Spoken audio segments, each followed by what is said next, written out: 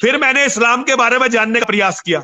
मेरे पिताजी union leader थे, मेरे बाबा जी कांग्रेस के नेता थे आजादी से पहले। तो हमारा मुसलमानों में, मैं खुद समाजवादी पार्टी में था यूपी में, तो हमारी बैकग्राउंड में मुसलमानों से बहुत दोस्ती थी।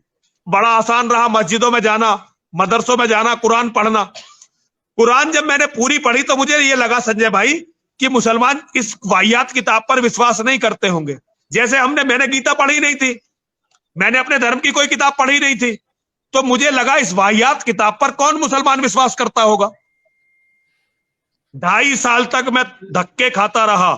2.5 साल कोई ऐसा जुम्मा शायद ही होगा जब मैंने किसी बड़े आलिम का खिताब नहीं सुना होगा। जहां मुझे पता चलता है इनके बड़े मौलाना बोल रहे हैं, मैं वही सुनने जाता।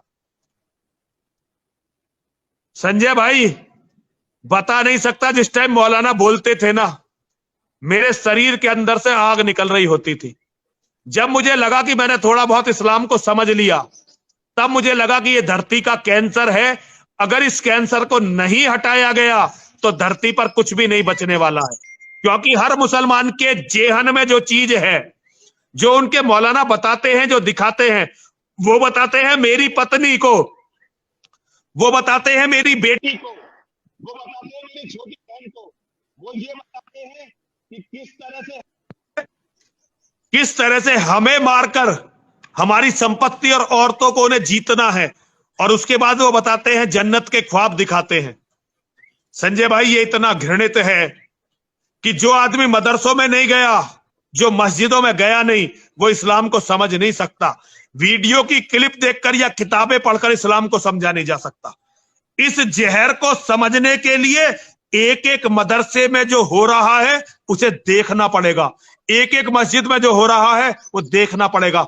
और जब आदमी मस्जिदों और मदरसों में देख लेगा तो मैं तो बहुत पॉजिटिव हूं, ज्यादातर हिंदू अपना मानसिक संतुलन खो बैठेंगे। मेरी आईक्यू क्योंकि बहुत ऊपर के लेवल की थी और मैं पढ़ने लिखने में बहुत, मुझे भगवान की थोड़ी कोई अहंकार से नहीं कह रहा आपको, मैं बताना, गप नहीं मारना चाहता, लेकिन मेरा मानसिक स्तर अच्छा था तो मैं पागल नहीं हुआ।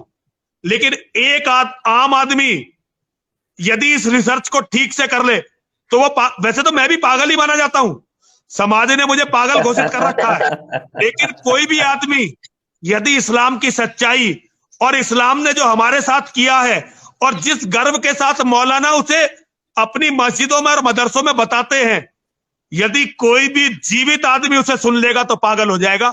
ये मैं अच्छी तरह से जानता हूं। मैं हर उस हत्या का प्रतिकार लेना चाहता हूं, प्रतिशोध लेना चाहता हूं जो 1400 साल में मेरी बहन बेटियों की हुई है, जो मेरे भाइयों की हुई है, जो मेरे लोगों की हुई है। क्यों? क्योंकि उन हरामजादों को गर्व है उस पर।